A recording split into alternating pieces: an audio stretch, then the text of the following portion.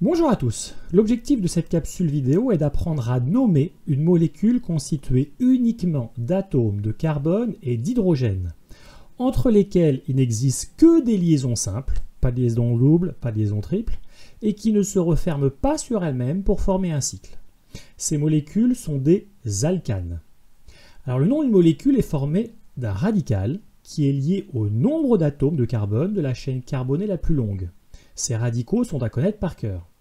Pour un alcane, on ajoute tout simplement la terminaison ane, ANE, au nom de la molécule. Exemple, l'alcane qui est constitué uniquement de 5 atomes de carbone, placés les uns à la suite des autres, est appelé le pentane. Alors cela se complique un peu lorsqu'on place une ou plusieurs ramifications sur la molécule, qui n'a donc plus une chaîne linéaire, mais une chaîne ramifiée. La différence de cette molécule avec le pentane est qu'on a remplacé un atome d'hydrogène par un groupe hydrocarboné CH3. Alors ces groupes hydrocarbonés portent un nom qu'il faut aussi connaître, rien de très compliqué là non plus. On garde le radical du précédemment et on lui ajoute le suffixe -il, Y-L-E.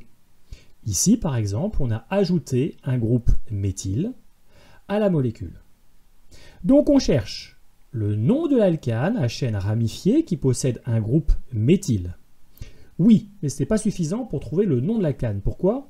Parce que si le groupe méthyle était lié à l'atome de carbone voisin, la molécule serait différente. Et deux molécules différentes ne peuvent pas avoir le même nom. Alors comment procède-t-on pour les distinguer? Eh bien on numérote la chaîne principale. Il y a deux possibilités, l'une en rouge, numérotée de gauche à droite, et l'autre en bleu, dans l'autre sens. Mais l'atome, ou dans un cas général, les atomes qui portent là où les ramifications, doivent absolument avoir le numéro le plus petit. Alors dans le premier exemple, le groupe méthyle est lié à l'atome de carbone numéroté 2 dans la chaîne principale, ou la plus longue.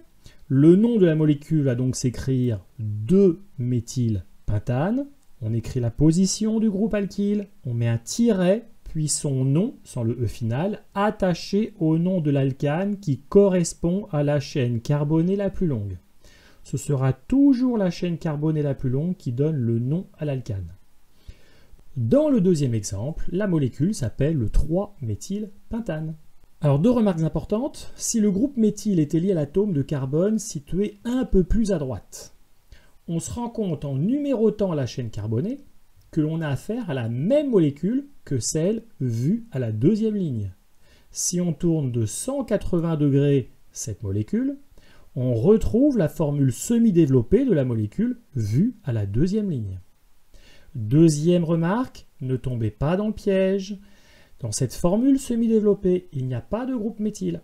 La chaîne carbonée la plus longue est constituée de 6 atomes de carbone, c'est de l'hexane. Vous savez quasiment tout, il manque juste 2 points que je n'ai pas encore soulevés qu'on va découvrir en prenant un exemple. On va en profiter pour faire une fiche méthode. Alors la première chose à faire est de rechercher la chaîne principale car cette chaîne carbonée sera nommée de la même façon que l'alcane linéaire qui possède le même nombre d'atomes de carbone.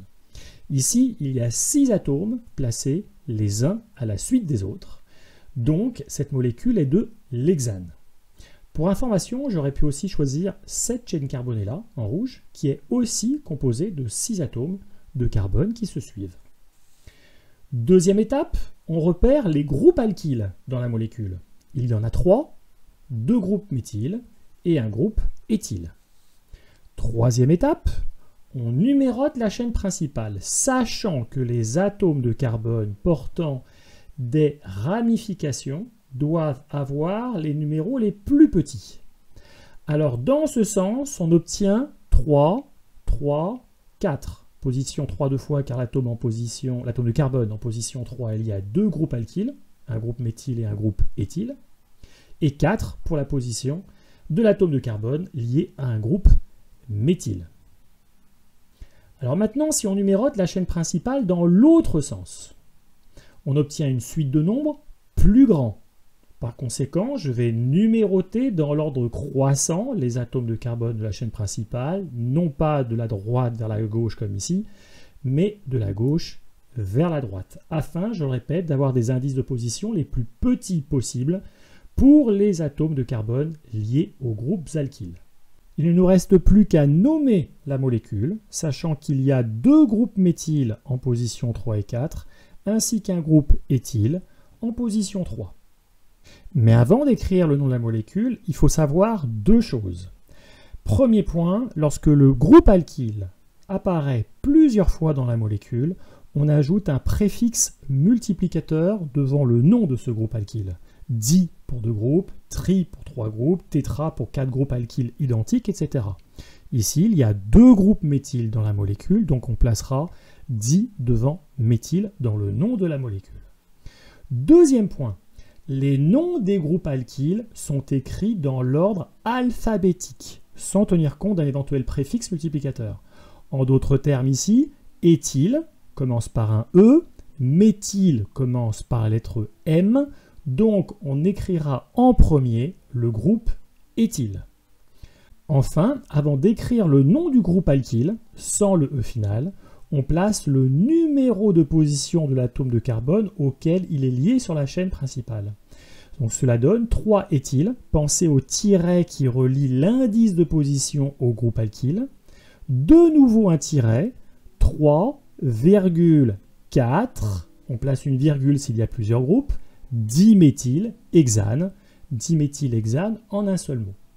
Voilà, vous savez tout, je finis simplement cette capsule en vous donnant le nom de la molécule étudiée en début de vidéo. Son nom est le 2-méthylhexane. Attention, sa chaîne principale est constituée de 6 atomes de carbone. Bon entraînement!